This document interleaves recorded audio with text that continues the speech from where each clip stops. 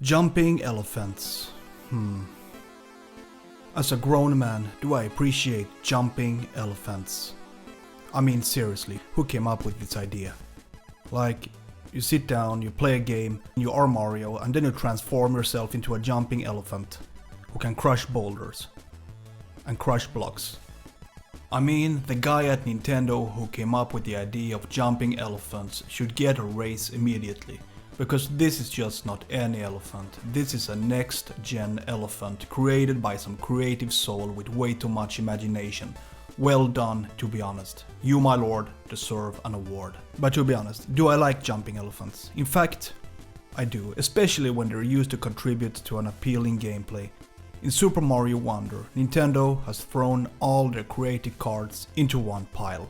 But the question is whether jumping elephants and two-dimensional action are enough to make this a memorable experience. And besides, is it worth the money? For those who want to buy the game digitally, it costs $60, but of course there are also physical copies available. Feel free to subscribe to my channel, I review new games every week. You will probably be disappointed if you expect a Mario game with a new and different narrative. It is perhaps among the most predictable things you can imagine. Mario and his friends are the heroes and Bowser is the bad guy. That's it. However, there is a slight twist in this game, in that Bowser has turned into a flying castle and wreaks havoc wherever he goes. Of course, we cannot have it his way, and now Mario has to make his way through a number of different worlds to deal with our charismatic antagonist. So let's start discussing the shape of the game. You move around what resembles a miniature world. Here you have to successfully complete courses and collect wonder seeds. When you get a certain number, you can open up a final course where a boss awaits, or rather, you confront Bowser Jr. After you're done, you move on to the next world.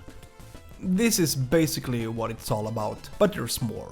Much more. You can take on bonus courses where you collect coins or do challenges that generate wonder seeds. But the thing is that it's the courses themselves that are this game's great asset. It's like someone at Nintendo said, "Hey, I have 1000 ideas for a game, can we use them all?" It's actually a bit crazy.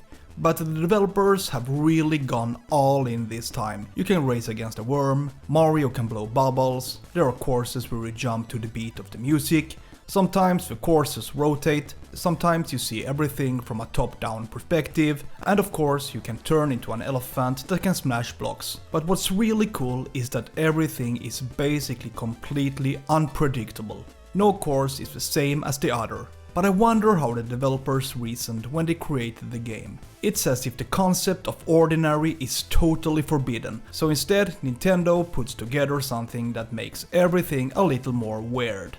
Which is also to the game's advantage. This is definitely more than just jumping on platforms and trying to reach the goal. And it's unpredictable. Another important part of the gameplay is all the badges you get.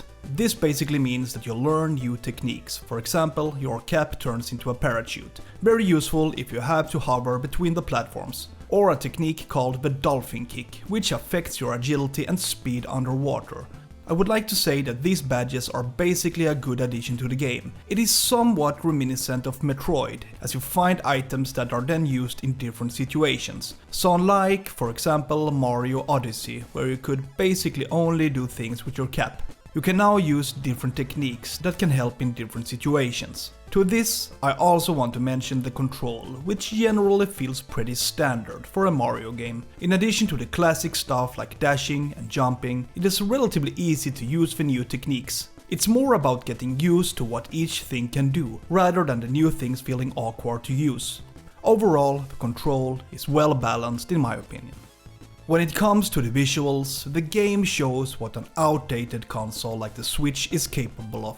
When a game is done right, it can look amazing, and it does this time. Many courses look completely unique and look especially nice because of the heavy use of parallax scrolling. I also want to highlight the color choices, which I find very appealing. Regardless of whether you're high up among the clouds or deep underground, the colorful graphics help to create beautiful environments. Super Mario Wonder is a recommendation to all those who appreciate two-dimensional platform games. It is simply over the top when it comes to varied gameplay and creative ideas. What I would like to add, however, is that the degree of difficulty is relatively low. I could easily get through the game in less than 10 hours without even stressing it. But it can also be one of the game's downsides. Sure, there are courses that are both cryptic and those that have a higher level of difficulty, but overall this is a relatively easy game, and it becomes extremely easy if you choose to play as Yoshi.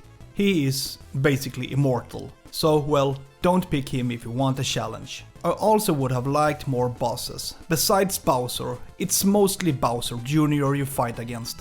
And while the boss encounters are well designed, they are also relatively easy to get through. So again, we are talking low difficulty. But overall, this is a very solid platform game where the unpredictability becomes a big asset. I had fun playing this game, mostly because I never knew what was going to happen next. So I would like to say that it's worth $60 because in my opinion this is one of the best platform games out there right now, and maybe one of the better ones for Nintendo Switch as well. So with that said, feel free to subscribe to my channel. Have a nice day. See ya!